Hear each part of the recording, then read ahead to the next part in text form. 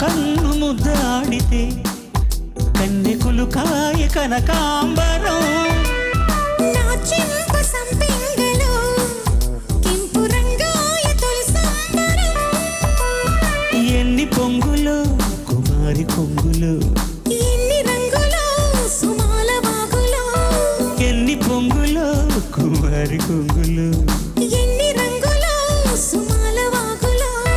ఉద్యోగం ఇప్పించవా సోకు ఉద్యానవనమాలిగా